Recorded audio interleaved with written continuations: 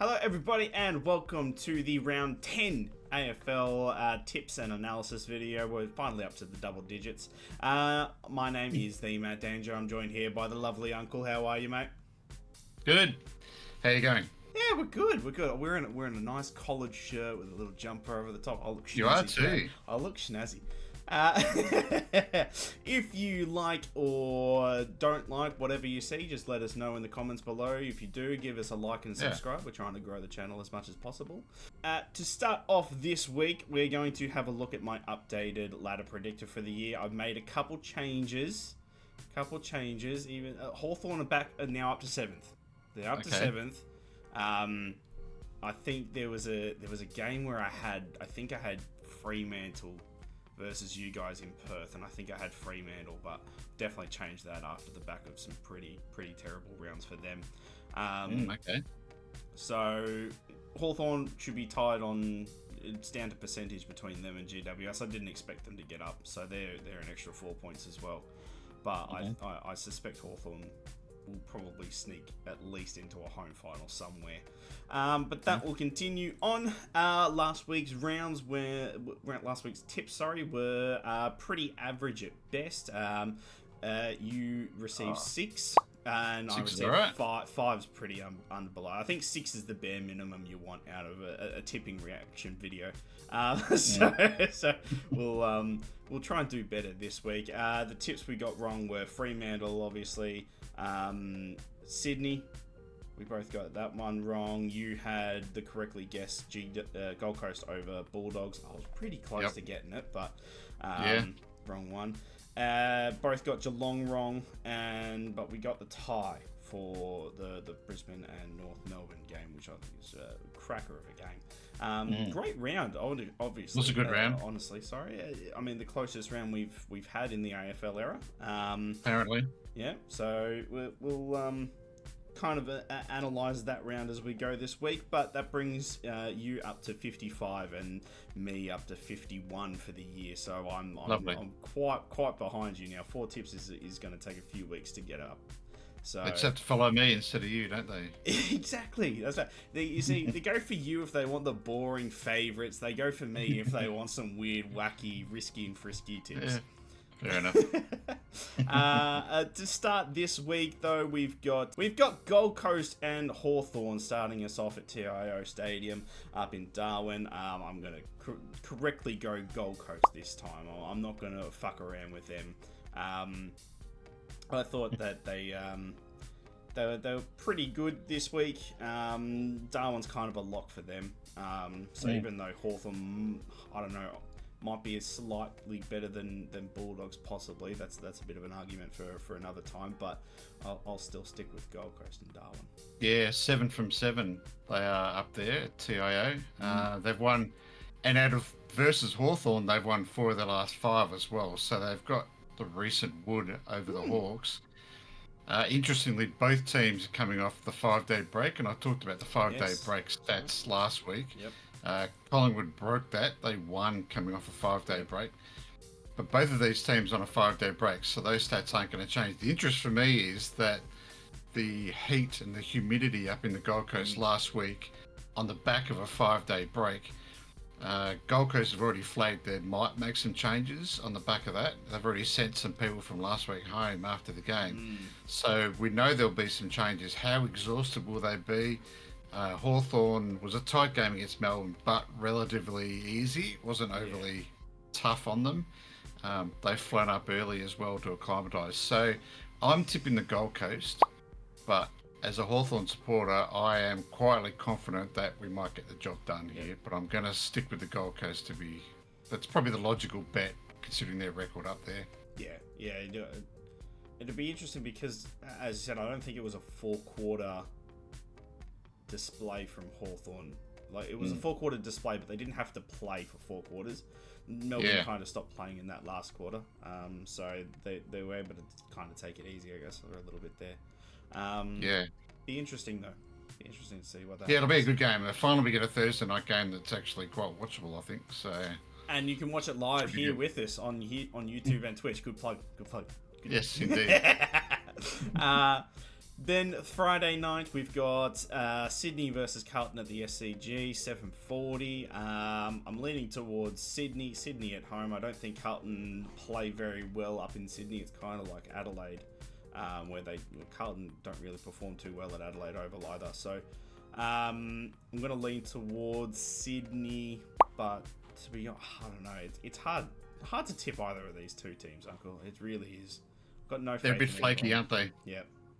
Yeah, you just don't know which team's going to turn up. So, the last time Carlton won in Sydney was in 2019.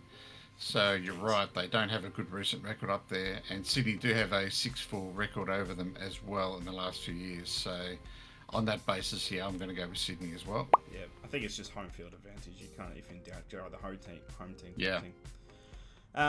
Saturday kicking off with Collingwood versus Adelaide. Amazing game, I think here. Tippers have it 91% to 9. I think it'll be closer just because I've got that Adelaide bias now. I'm up and about. I'm confident in my own team now. But Collingwood, I think, will get the win. I think it'll be interesting because we're recording on Tuesday, late afternoon, evening. Teams and injury lists haven't come out yet. No, that's right. I'm waiting to see if Nick Dacos, Darcy Moore, Myercheck, I think, is the third one that's going for a scan. Obviously, Schultz won't be playing this week. I don't think he's the game changer that Nick Dacos is, though. So, it'll be interesting to see if those three get through and what kind of team is actually going to show up against Adelaide. We're kind of fresh. We don't have a missing Keane. Keane got let go of that stupid kicking report, so that's fine. Good. And they'll be hot off a nice showdown win, so we'll see how that goes.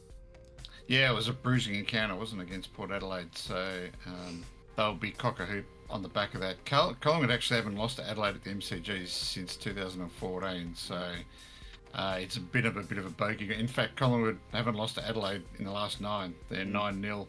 Yep. So Collingwood are a bit of a bogey team for the Crows at the moment.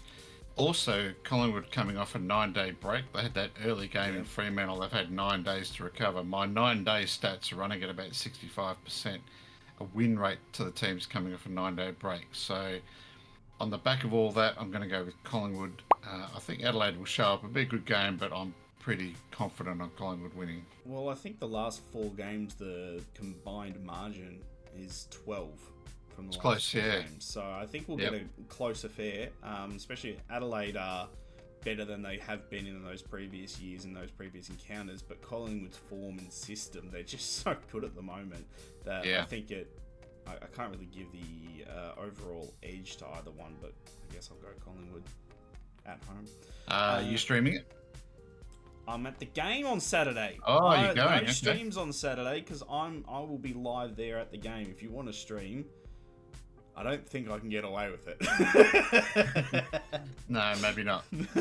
Okay.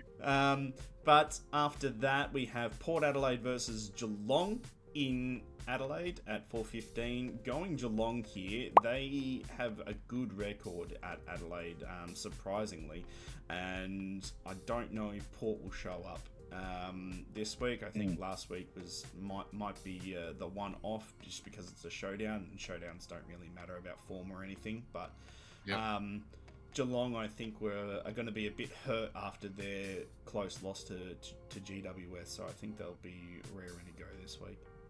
Yeah, you're right. Geelong have won 6 of the last 10 games at the Adelaide Oval against Port, so they do have a good record there for some reason. A team they enjoy playing. They had 61 inside 50s or something like that, Geelong, so they gave themselves plenty of opportunity. If they get anywhere near that sort of effort against Port Adelaide, and Geelong have been involved in some of the best games we've seen this year, so if Geelong bring that sort of stuff, they should beat Port Adelaide. Yeah, I'll go for Geelong. That's for sure. GWS versus Fremantle to go in the... We've got 2 afternoon games this week. 2 twilight games, yeah. 2 twilight games and 1 night game. I don't really know the reason behind that, but a bit odd. GWS versus Fremantle at GWS's home game. Only their 3rd game at NG Stadium this year. They've played 6 other stadiums, which is a bit crazy, odd. Isn't it? But I'm going to go with GWS coming off the back of the fantastic win at GMHBA against Geelong. Fremantle are still a bit of a nothing club right now at the moment. They need a lift somewhere, and I don't know where they're going to get it from. Maybe Dudley. Dudley, my new favourite name. He can spark us. But yeah, GWS probably pretty comfortably, I think, too. Yeah, I mean, I think I mentioned a couple of weeks ago that Fremantle run at about 80% away from home, and they'll get smashed this week. GWS did concede, as I mentioned with the Geelong, they conceded 51 inside 50s, so they'd want to tighten that area up. Fremantle probably got a better forward line than Geelong with Tracy and Amos and the others. Yeah. So if Fremantle are able to get in there that amount of times, they'll win. But I think Fremantle haven't played GWS at home since 2022. So all the games have been in Fremantle. So Fremantle actually haven't been here for 3 years. So on that fact, go Geelong. Yep. Yeah, that's fair. I think Adelaide too Adelaide, going back to Adelaide and Collingwood, I don't think they've had a home game against Collingwood for a few years now. I think this is the third year in a row they're playing at the MCG, and they only play them once a year, so it's a bit odd. Sunday games: Richmond versus North Melbourne. What about Saturday night's game? Fuck them. That's going to be easy. Bulldogs. Completely I forgot that I already scrolled down. Bulldogs versus Essendon Saturday night, Marvel. They don't want to be easy. Bulldogs. Yeah, Bulldogs have won 9 of the last 11 games, so outside of the fact they're a good side. Essendon are in good form though. I mean, they've won the last 5 or something like that, so they're going to be confident, yes. Have you looked at the teams they've versed? No, it has been 4. 4 of the last 5, but 4 of the bottom 5. Yeah, that's true, but winning's winning, that's just because they're winning, they'll be confident. Yep. But this will be a real test for them. I think they'll fail it. Yeah, Bulldogs. Yeah, I think this will be them crashing back down to earth. I think, especially since they haven't been all that convincing wins either. Like, they had a really close game against West Coast, really close game against North Melbourne. Yeah. They beat Sydney away. Sydney were very flaky. And then I think they had Melbourne or Richmond or something like that. One of the other weeks. It wasn't. Yeah, you're right. They haven't been overly impressive wins, but they've still been winning. They've got 4 points on the board. Momentum. Yeah, momentum. That's right. Yeah. Sunday games. Yes. Richmond versus North Melbourne. Both coming off very good games, I thought. North Melbourne coming off the most drawingest draw of all time draws. Yeah, that was interesting, wasn't it? I'm going to read it out here. So 71 all. Both had 10 centre clearances each. Wow. Yeah. They both had 40% possession during the game, with 20% being unpossessed ball. They both had 13 marks inside 50. Wow. Their scoring breakdown was exactly the same. 10 through the middle, 4 to the left, 3 to the right, and the big goalpost being hit once each. Their quarter breakdown was Brisbane won 2 quarters, North Melbourne won 2 quarters. And they both won their quarters by 11 points and 9 points. It's amazing. I don't think we'll ever get another drawing draw that is ever drawn. No, that is superb. So back to the game though. Off that, I'm going North Melbourne. I'm going to pick them as my gauntlet, but I'm actually not all that confident. Just because North Melbourne, I feel like with the travel coming back from Tassie and actually having to play, I felt a harder game against Brisbane. We'll see what it's like. I mean, both coming off 7-day breaks, but I just don't know. I feel like North Melbourne might be not as recovered as Richmond might be, being able to stay at home and not have to go anywhere and do anything. But I'm going to go with Melbourne. Yeah, they are 5 all in their last 10 games, these two teams as well. So these two are quite evenly matched. They've both probably struggled a bit in the last couple of years, but Richmond have won the last 2 played at the MCG. So I don't really know. I'll probably wait for the teams for my actual tipping, but for tonight, I'll probably lean towards Richmond. Yep. Yeah, that's fair. I think it's a really close game. My gauntlet use on North Melbourne, I just don't see North picking up points against anyone else. They do have Richmond later in the year that I could probably use it on, but then if I don't use it now, I don't know who I would go for. Possibly St Kilda later in the round, but we'll see. Okay. I forgot to mention my gauntlet tip. Do you want to mention it now? Yeah? I'm going GWS as my gauntlet. Oh, against Fremantle? Yeah, that's fair. I think that's quite fair. It's going to lock it away. Yep. We got next Brisbane versus Melbourne at the Gabba. I think it's pretty easy. We're going Brisbane here. I think much like Geelong, they might be hurt a little bit. Their feelings might be hurt. The fact that they've drawn against North Melbourne, so I think that we'll get a feisty Brisbane, especially at home. I think we could be looking at a Melbourne demolition here. Yeah, might be an interesting draw for them because they're on top of the ladder with a draw now, so it takes their percentage, which wasn't overly impressive, takes it out of the equation now, so might be a useful draw for them. Yeah, I think they've only played 5 of the last 17 games in Brisbane, so every time these two teams meet, it's been in Melbourne. And even in Brisbane, have only a 3-2 record against Melbourne in those 17 games. But yeah, Brisbane should be too good, way too good. Yep. And then to finish us off at Optus Stadium, we got West Coast versus St Kilda. St Kilda losing to Carlton over the weekend. I think they'll be looking to get right back on track. West Coast, though, could be a bit... Their tails could be up a little bit. I think that they did really good against Richmond. They probably could have won, if not for one of the greatest tackles in that game. That's been. But yeah, I'm going to go St Kilda. I just think they're the better side on paper. Travelling to Perth, West Coast might put up a bit of a fight, but I'm still going to go St Kilda. Yeah, if there was ever an example of winning mentality, West Coast haven't won for a while and they've probably forgotten how to win a bit, and that takes a bit of time. They had plenty of opportunities to win that and couldn't put it away. So that comes with experience in getting to those positions. So I think they played well enough to indicate that they'll win at some stage during the year. St Kilda have got a 5-1 recent record, including the last 3 played over here in Perth. So St Kilda travel over here well, take advantage of the fact that West Coast has been horrible.